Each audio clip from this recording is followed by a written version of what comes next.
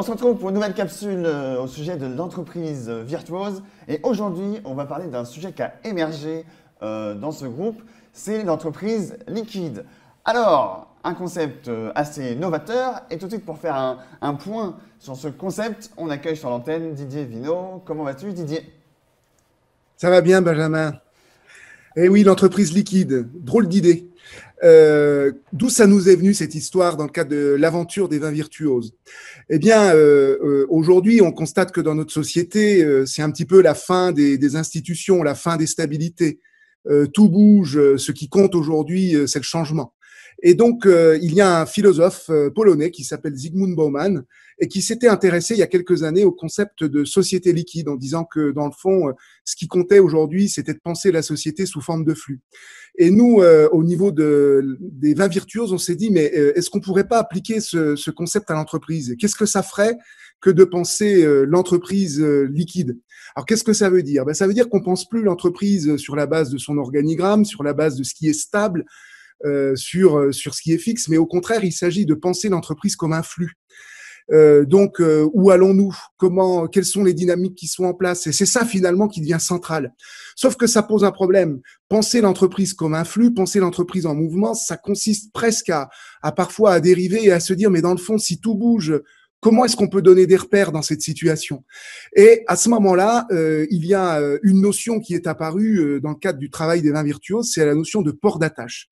Qu'est-ce que c'est un port d'attache? Eh bien, quand tout bouge, quand on se déplace, c'est l'idée de se dire où est-ce que je peux m'arrêter à un moment donné pour trouver un îlot de stabilité, identifier les repères sur lesquels on peut s'appuyer collectivement au sein de l'entreprise et faire en sorte que on puisse justement reprendre son souffle, reprendre une bonne identification pour mieux repartir après dans le flux sur lequel on est porté.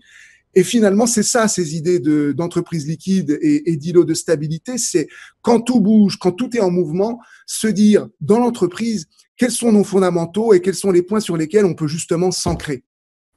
Alors, il y a une personne qui était assez impactée par cette notion, notamment dans le groupe. C'est Éléonore. Quand tu as entendu ça, tu t'es dit, mais ça, ce truc, c'est ce que je vis en fait. Est-ce que tu peux nous en parler? Exactement, Benjamin. En fait, ça m'a soulagée parce que je me disais, j'ai pas une entreprise, j'ai pas un lieu fixe, j'ai pas de salariés, j'ai de multiples activités. D'abord, je suis enseignant-chercheur, je donne des cours dans différents établissements. J'ai mon entreprise où je fais de la collecte et du recyclage de mégots de cigarettes avec mon association qui fait de la sensibilisation. Je représente le CJD au Césaire. Et finalement, mon emploi du temps, il est vraiment, il faut que je sois agile et flexible. Et j'avais l'impression d'être éclatée entre toutes ces multiples activités. Et le fait de visualiser plutôt mon activité comme une entreprise liquide, ça a un petit peu dédramatisé la situation. Et en plus, j'ai vraiment constaté que j'avais plusieurs ports d'attache. Et effectivement, des points où je me ressource. Alors, notamment mon espace de coworking qui s'appelle le WIP, qui est à côté de Caen, où en fait, c'est un tiers-lieu. J'ai d'autres coworkers, je peux échanger et aller me poser quand j'ai besoin en fait de travailler sur de l'administratif, sur mes propositions commerciales, sur ma stratégie. J'ai chez moi où il m'arrive aussi régulièrement de travailler au calme. Et puis, j'ai le CJD. Le CJD est un de mes grands ports d'attache, que ce soit ma commission, les virtuoses. Et donc, voilà, ça a vraiment complètement dédramatisé mon paysage. Alors, merci de ton intervention. On a aussi quelqu'un qui était dans la même pièce au même moment. C'est Ludo. Ludovic, est-ce que tu peux nous dire cette notion à la fois d'entreprise liquide, de port d'attache, qu'est-ce que ça a provoqué chez toi? Ça t'a fait quoi? Ben, ce concept d'entreprise liquide, quand il a été évoqué pour la première fois, eh ben, physiquement, j'ai ressenti plein de choses parce que je crois que mon entreprise aujourd'hui, et qui pourtant organise des camps d'ado sur des bateaux à voile, eh bien, elle est figée au point de devoir résister au flux, au courant, au vent. Et l'idée de profiter de toute cette énergie pour se nourrir, grandir, apprendre, et donc d'aller avec ces courants, ces vents, ces flux. Eh ben, c'est quelque chose qui me parle beaucoup, et je me dis, moi, ce que j'ai retenu là-dedans, c'est de me dire, et si pour changer, on s'inspirait de ce qui n'a jamais été fait avant. Et, euh, et, et moi, je trouve que ça correspond bien avec cette dynamique et les ports d'attache, les mouillages, l'endroit où on va jeter l'ancre dans la nature, c'est aussi un moment où les personnes à bord vont pouvoir se retrouver. Et ce regard sur la manière de vivre autrement l'entreprise me plaît beaucoup parce qu'effectivement, rien n'est stable sauf le changement. Et je crois que d'avancer et de pouvoir apprendre à être paisible dans le flux du liquide, pour moi, c'est une vision qui me donne envie de me lever le matin en ce moment. Alors, effectivement, super intéressant comme interprétation. Et on l'a vu dans ce groupe au fur et à mesure des années, enfin des mois qui sont passés. On a chacun des manières différentes de réagir aux notions qui sont présentées. Et notamment, toi, Patrick, tu t'es dit, peut-être que les ports d'attache ont une autre signification pour toi. Est-ce que tu peux nous en parler? Oui, moi, l'entreprise liquide, pour moi, ça a été très intéressant quand Didier l'a présenté, cette notion, parce que il disait il faut arrêter de raisonner en termes de verticalité dans l'entreprise, en termes de structure. Et moi, ça m'a parlé parce avant de créer ma société actuelle, j'avais une société dans l'informatique et une PME, donc on était 25 personnes. Et en fait, ce que je constate, et c'est vrai pour les autres PME, on fait tous pareil, on prend nos propres locaux, on fait tout seul en fait. On a nos locaux, on investit seul. Quand on a des problématiques, ben on essaie de les régler seul.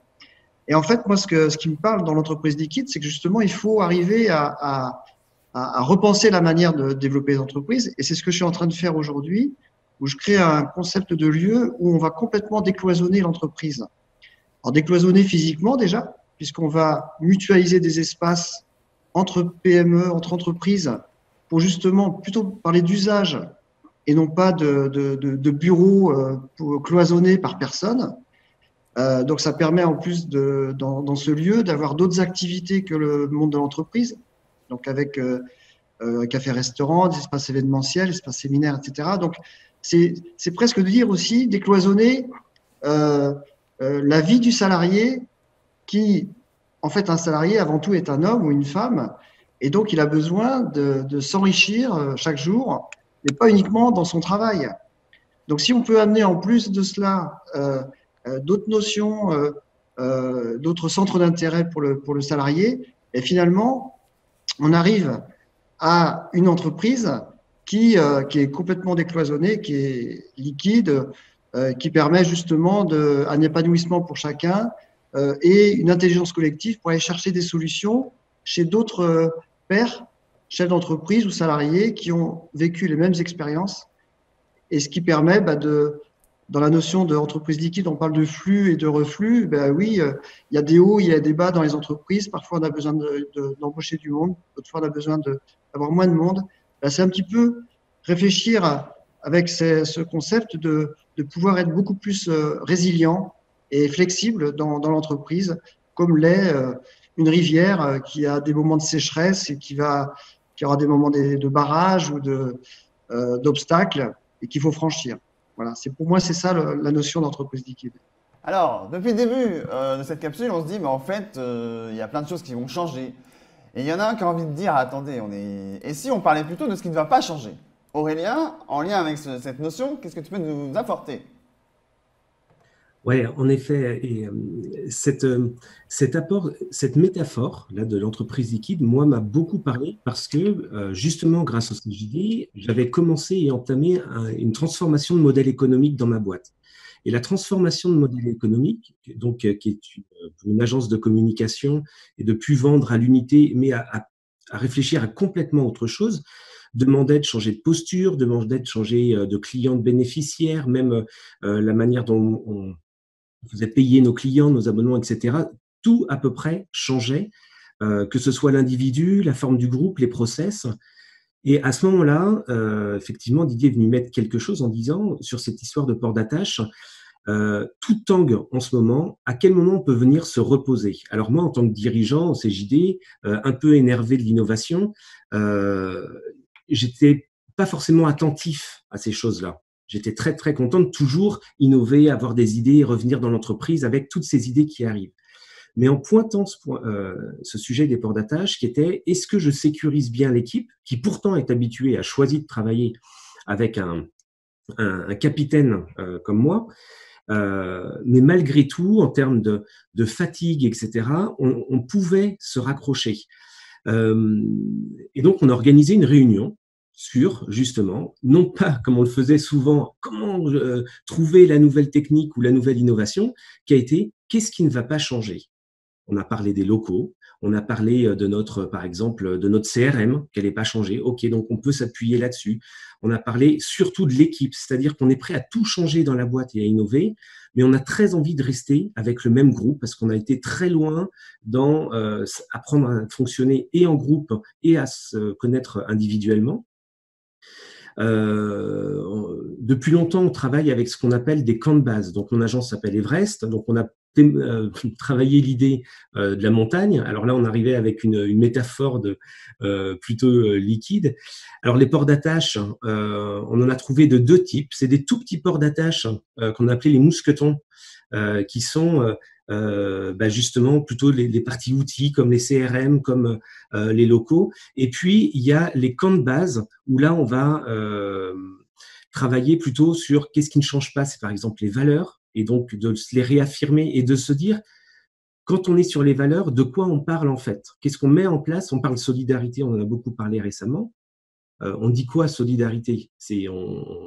On parle des gens plus pauvres, on parle des nécessiteux, on parle de notre solidarité juste entre nous, etc. Voilà, donc les valeurs, la vision ou des choses beaucoup plus techniques qui nous ont permis vraiment d'avancer et de sécuriser pour être à l'aise dans le changement.